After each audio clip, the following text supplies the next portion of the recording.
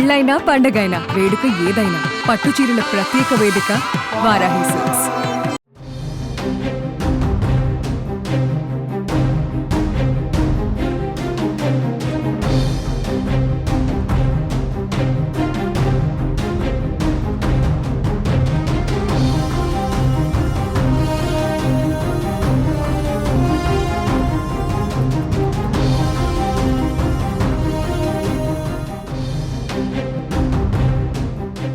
Road ప్రమాదం జరిగినప్పుడు వెంటనే స్పందించి బాధితులను ఆసుపత్రులకు తరలించి ప్రాణాలను కాపాడేవారని మరింత ప్రోత్సహించాలని కేంద్ర ప్రభుత్వం నిర్ణయించింది.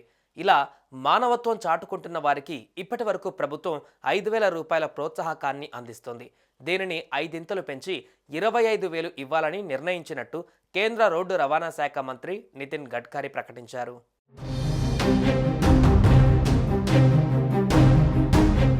నాగ్పూర్లో రోడ్డు భద్రతకు సంబంధించి జరిగిన ఓ కార్యక్రమంలో నటుడు అనుపమ్ ఖేర్తో కలిసి గడ్కరీ పాల్గొన్నారు.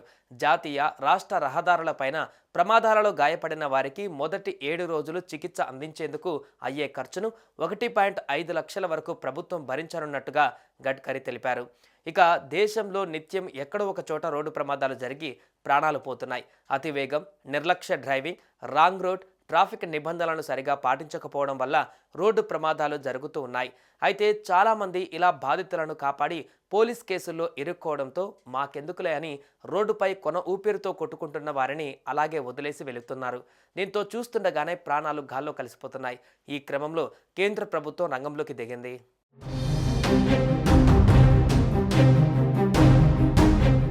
ఇప్పటి వరకు మానవత్వంతో యాక్సిడెంట్లో గాయపడిన వారిని ఆసుపత్రికి తరలిస్తే 5,000 నగదు ప్రోత్సాహకం అందించేది కేంద్ర ప్రభుత్వం. ఇప్పుడు దాన్ని భారీగా పెంచేసింది. ఏకంగా 5 రెట్లు పెంచి 25,000 రూపాయలను చేసింది. దీంతో రోడ్డు ప్రమాద బాధితులను రక్షిస్తే 25,000 ఇవ్వాలని కేంద్రం నిర్ణయించింది.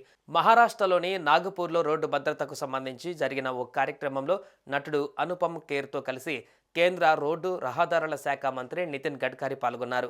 రోడ్డు ప్రమాదం జరిగినప్పుడు వెంటనే స్పందించి బాధితులను ఆసుపత్రులకు తరలించి ప్రాణాలను కాపాడేవారిని మరింత ప్రోత్సహించాలని కేంద్ర ప్రభుత్వం నిర్ణయించిందని, ఇలా మానవత్వం చాటుకుంటున్న వారికి ఇప్పటి వరకు ప్రభుత్వం 5,000 అందిస్తుండగా దాన్ని 25,000కు పెంచినట్లుగా తెలిపారు.